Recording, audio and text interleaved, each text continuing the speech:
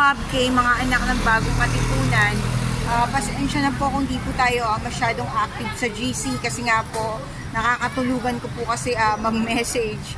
Hindi na po kasi gaya ng dati na free time kasi po ngayon hindi ako makahawak lalo ng CP kasi nasa kaha po ko, pera yung hawak ko, baka magkamali ako.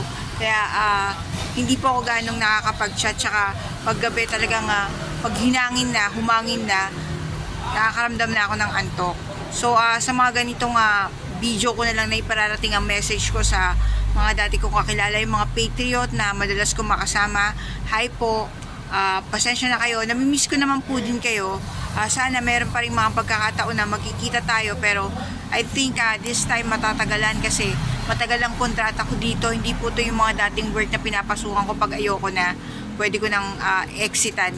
This time hindi po, taon po yata ako abutin dito, baka 3 years or more pa. Hindi ko alam. So hindi ako magkaroon ng day off na whole day kasi po mahirap po ang status ko ngayon, kaya yun lang po. Pero ang mga day off ko naman po, pwede po ako mamili ng araw na gusto ko. Yan. Hi po sa lahat. Minsan naman po tumatawag po ako dun sa mga kakilala ko pagka nakaramdam ako na namimiss ko sila, tinatawagan ko sila. Yan. Yun na, anything under the sun pwede namin pag-usapan. Yan. Ano bang mga issue ngayon? Like itong si Amy Marcos, matagal ko ng hearsay, matagal ko na naririnig to na hearsay eh. Hindi daw totoong anak ni Marcos si Amy Marcos. Anak daw yan ni Imelda kay MH Lacson. Dahil yun daw ang dati niyang boyfriend bago daw si Marcos. Tapos si Bongbong Marcos naman daw po, tsaka si Grace po, magkapatid daw. Kasi anak naman daw ni Marcos si Grace po kay Rosemary Sonora. May mga ganang mga hearsay eh. Pero wala naman nagpo-prove na totoo yun, 'di ba? Pero eto this time parang lumalabas na hindi naman totoong Marcos yata talaga si Amy eh. Bakit gano'n ang treatment niya kay Bongbong, 'di ba? Tsaka parang may insecurities na hindi siya naging presidente porket panganay siya. Pero si Bongbong pa rin na kay Bongbong ang simpati ng mga Marcos loyalists. Eh kasi natatandaan ko sa mga pictures sa museum, tsaka sa mga pictures na nakikita ko, maliit pa lang si Bongbong, parang ready na siya na maging successor ng tatay niya, si Marcos Sr., parang ganon.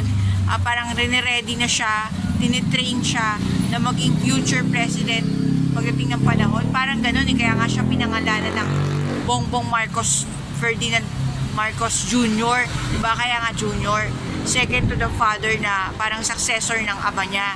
Parang yun ang title ni Bongbong. So, hindi kasi lalaki si Amy eh, kahit panganay siya. Yun nga, tapos may mga chismis pang ganyan, hindi siya totoong anak. Diba? Baka nga. Yun mahirap naman kasi pag disigurado. So, talagang hanggang bakalan tayo, talagang hindi talaga siya anak.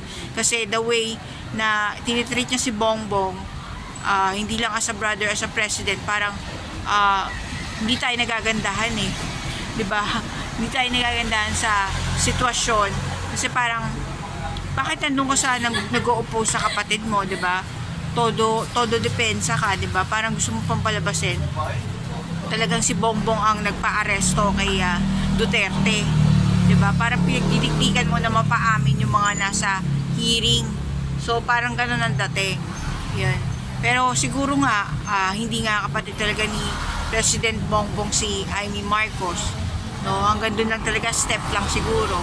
So, wala tayong magagawa doon. Ganun talaga eh. Kaso talaga si Bongbong talaga yung